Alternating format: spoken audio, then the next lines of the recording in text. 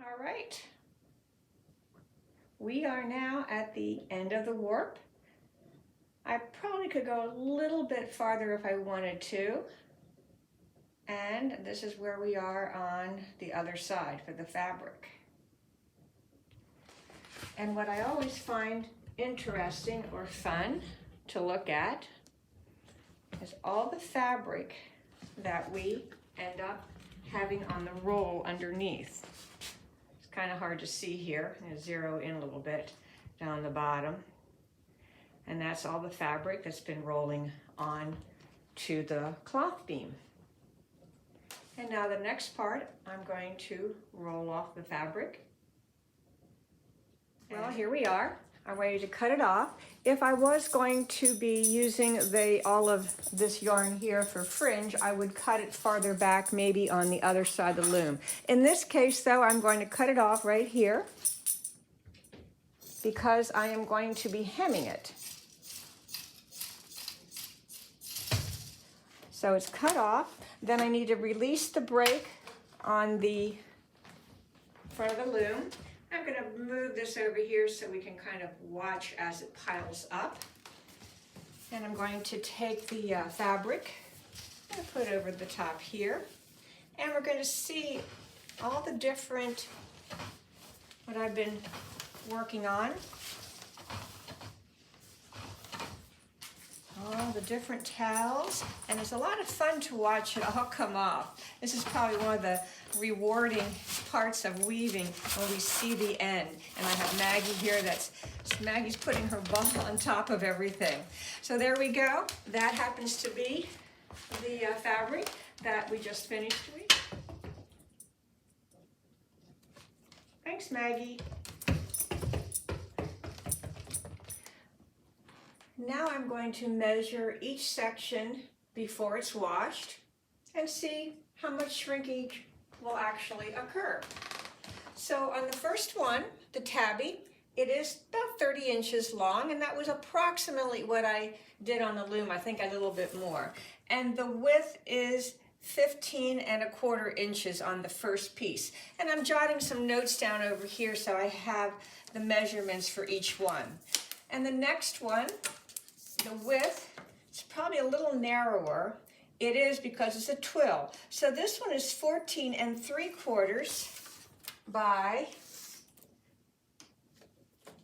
30¼ So I'm going to put that down.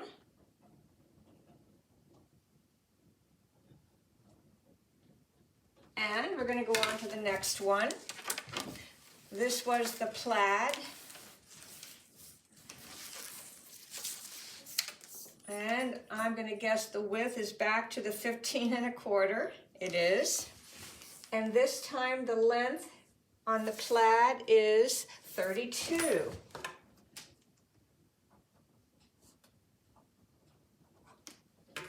And let's go to the next one.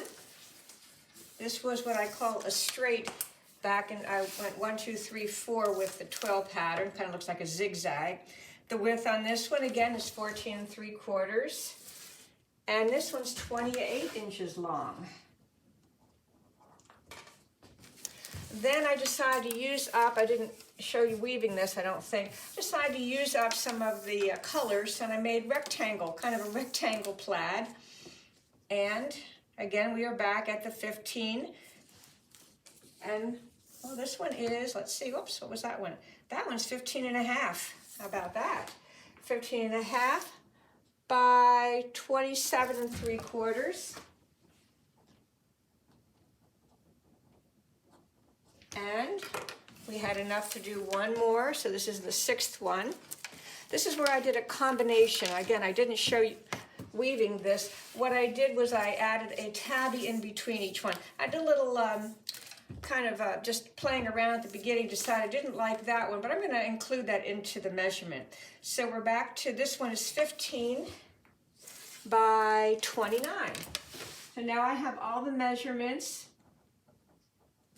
Now that I know what each section is fabric-wise, I will see what happens after this is washed. And what I'll do is I'll be cutting them up, serging the ends, so if there's any Like here, I have the serging on the ends. I'll probably cut this into 2 pieces and wash it, so I'll have 3 towels in each piece.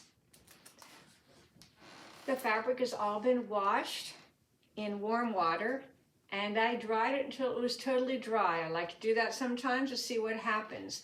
I have not woven with this yarn before. It's a little different. I'm going to talk a little bit about, I'll zoom in a little bit. You see all those zigzaggy lines and everything? That's something that we call tracking. The yarn that I used in this particular pattern is open end spun. It has shorter fibers and it will often track, especially in the tabby. Now you don't see it. If you take a look at the patterns here, you don't see it as much in the pattern part.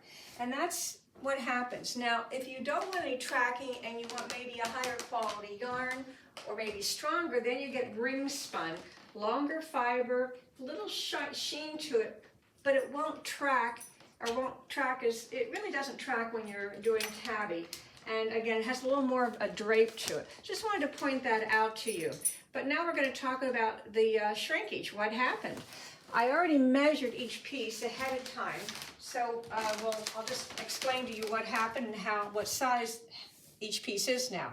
So this piece, the tabby piece, was 15, a little more than 15 inches by 30. It is now 14 inches wide and about 26 inches. Now I have not ironed any of this yet.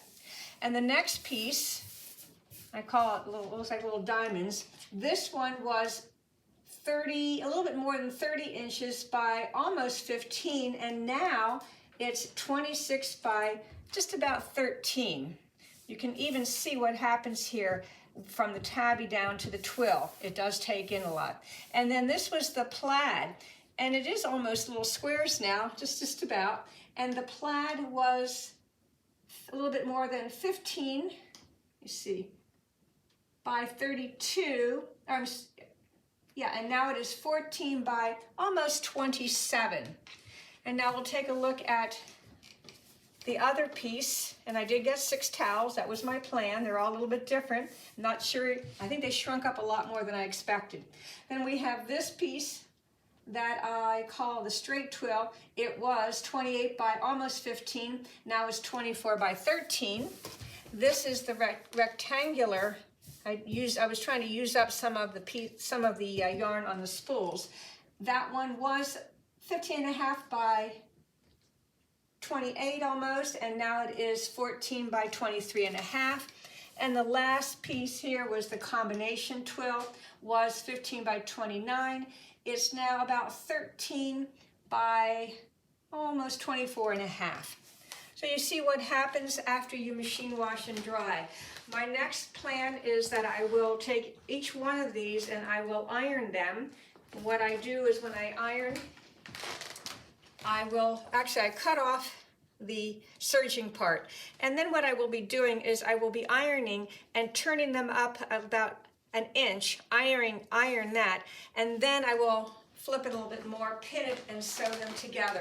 So I'll show you the results as soon as I have all of that complete.